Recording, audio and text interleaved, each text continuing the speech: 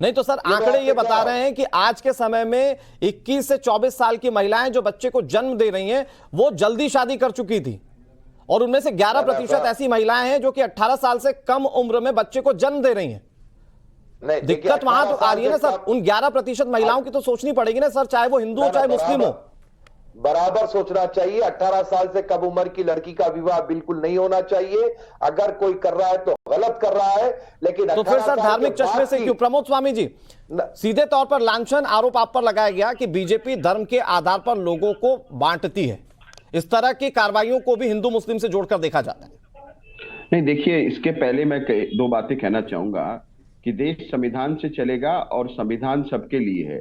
इसीलिए हमारे माननीय प्रधानमंत्री मोदी जी कहते भी हैं, सबका साथ, सबका विकास, सबका विश्वास और सबका प्रयास। अब ये जो राजा राम मोहन साहब ने भी सती प्रथा के विरुद्ध 18वीं सदी में एक सामाजिक आंदोलन भी किया था। तो मैं तो ये कहूंगा कि कानून तो अपना काम करेगा ही, लेकिन सामाजिक स्तर पर भी जो राजनेता या सामाजिक कार्यकर्ता या अन्य किसी धार्मिक संगठन से जुड़े हुए लोग हैं, उनका भी ये दायित्व है कि वो समाज को जागरूक करे।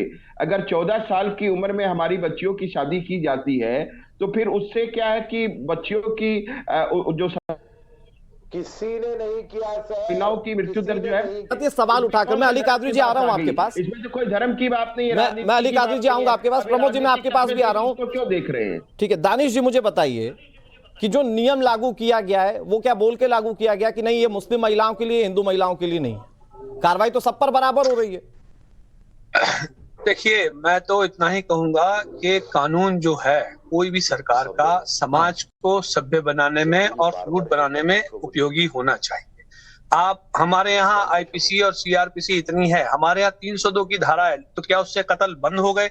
लोगों को ये समझाने की जरूरत है, बच्चों को, महिलाओं को अवेयर करने की जरूरत है कि आप अपने परिवार में जो बच्चियां हैं, जो महिलाएं हैं, उन्हें ये बताने की जरूरत है कि एक जो उम्र है उसकी शादी की, उस वक्त तक आप इंतजार करें। अब आप मुझे बताइए, कानून तो चाइल्ड मैरिज एक्ट तो नाफिज है ही, लेकिन ये जो पोस्को और ये सारी जो चीजें हैं, मैं तो कह रहा हूँ किसी भी परिवार पे लगाने की जरूरत नहीं है, उनका काउंसलिंग करने की जरूरत है। लोग तो हमारे ही मुल्क के हैं।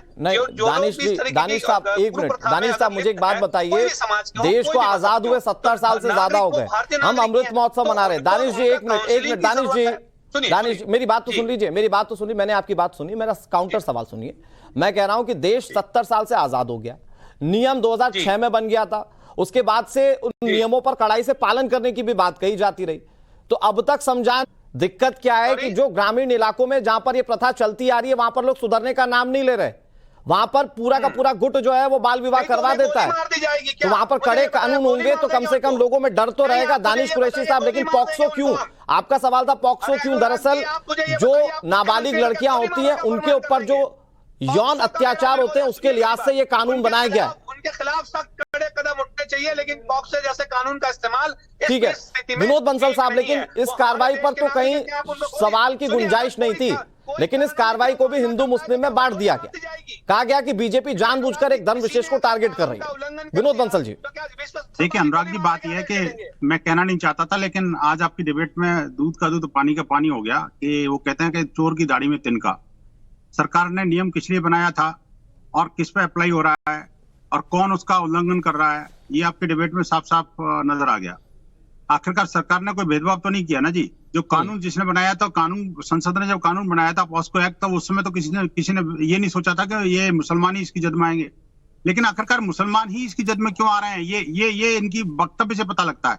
क्योंकि ये जो है ना, इनकी कथनियों करने में अंतर है। मैं जिस काउंसलिंग की बात कर रहे हैं कि काउंसलिंग करना क्या है, मुस्लिम समाज का काम नहीं है क्या? इसमें कहां से आ गया भाई? मैं कहता हूँ कानून सबके लिए बराबर। एक मिनट दानिश कुरैशी साहब, एक मिनट, मैंने अच्छा खासा वक्त दिया आपको, दूसरों के टाइम पर उन्हें बोल लेने दीजिए। मैं कहता हूँ उन हिंदुओं के लिए क्या सिंधु परिषद ने कोई आवाज उठाई क्या? किसी और ने आवाज उठाई क्या? नहीं। ये सिर्फ जिहादी लोग क्यों चिल्लाने लग जाते हैं? क्योंकि नहीं, लेकिन विनोद बंसल साहब उनका तर्क ये है कि आप पॉक्सो क्यों लगा रहे हैं? आप तो काउंसलिंग करवाइए। जो 70 साल से काउंसलिंग में नहीं हो पाया वो कह रहे हैं अगले 70 साल और काउंसलिंग करवाइए। उनको किस तरीके की ये इनकी मानसिकता है जी, जनसंख्या जिहाद चलाना है इन्होंने। और देखो